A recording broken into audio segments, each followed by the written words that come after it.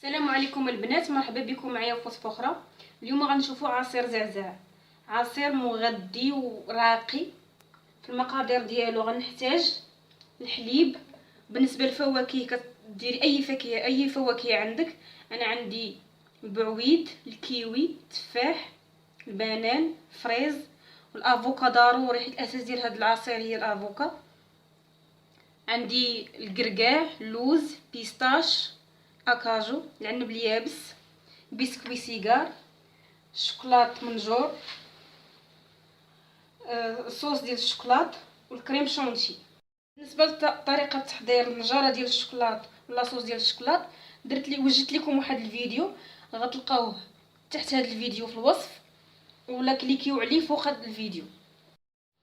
غناخذ كيسين، الكاس خاصو يكون كبير. لاصوص ديال الشوكولات خويتها درتها في البوش. غادي نبقى ندير في الشوكولات بحال هكا في الكاس، هكا عشوائي بحال هكا.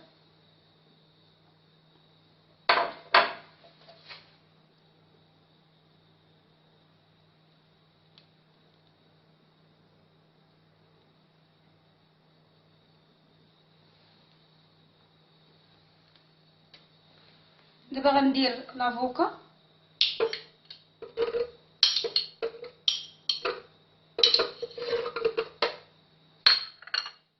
سنيده نسيت ما ذكرتهاش في المقادير، كندير على حساب الذوق.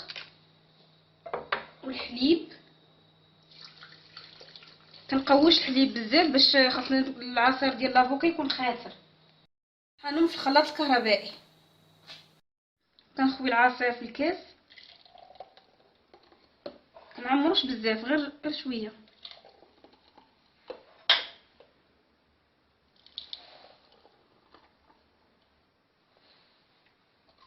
دابا غندير الديسير،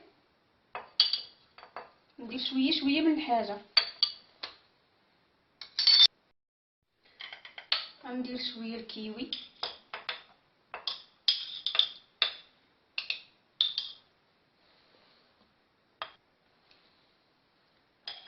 ندير البنان،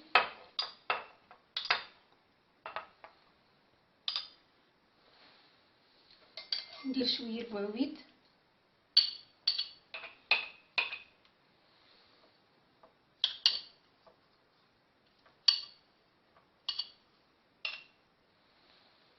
وغناخد الفريز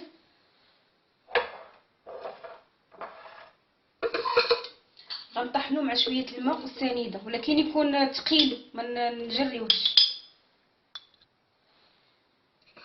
الفريز طحنتو،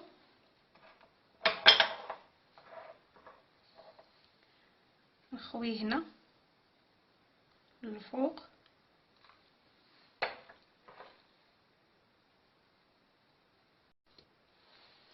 دابا غندير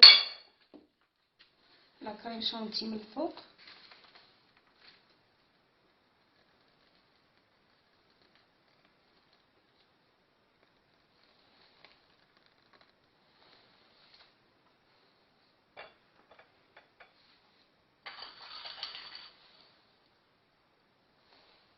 ندير فريزه، بعويده، شويه كيوي،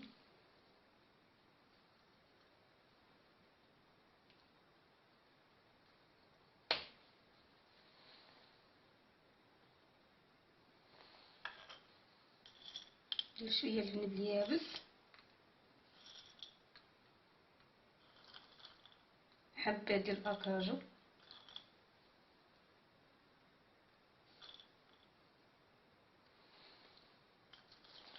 بيستاش،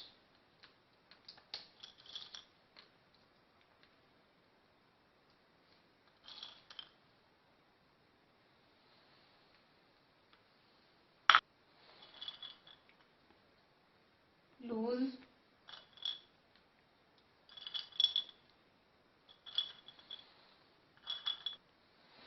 والقرقاع.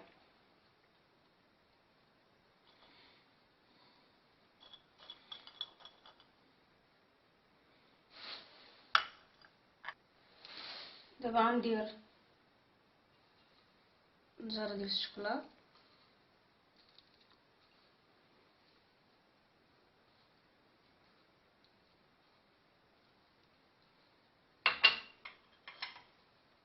بسكوي سيغا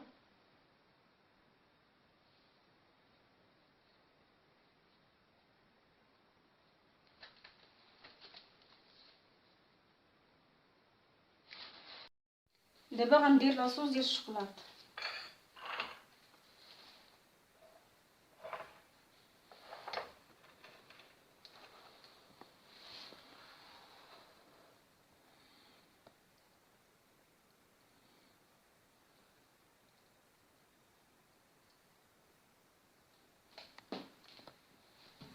هذا هو عصير زعزع كيجي زوين في المنظر وفي المذاق. كنتمنى يعجبكم ونتلاقاو في وصفه اخرى ان شاء الله.